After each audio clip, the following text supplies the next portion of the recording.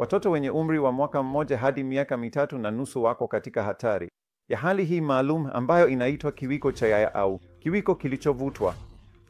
Sehemu ya mkono ni sehemu hii ya mwili, inaitwa mkono wa mbele. Hapa kuna mfupa unaoitwa kichwa cha radial. Mtoto anapoanza kutembea na kuna mtu pale kila mara, yaya akitembea naye, mtoto anatembea na mtoto anapokuwa karibu kuanguka, sehemu ambayo yaya angeishika ni hii, ili kumzuia mtoto asianguke.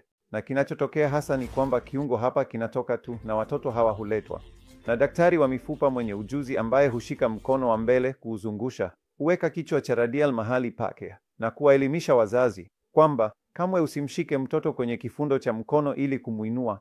Daima tumia kwapa kumuinua. Hilo linashughulikia kila kitu.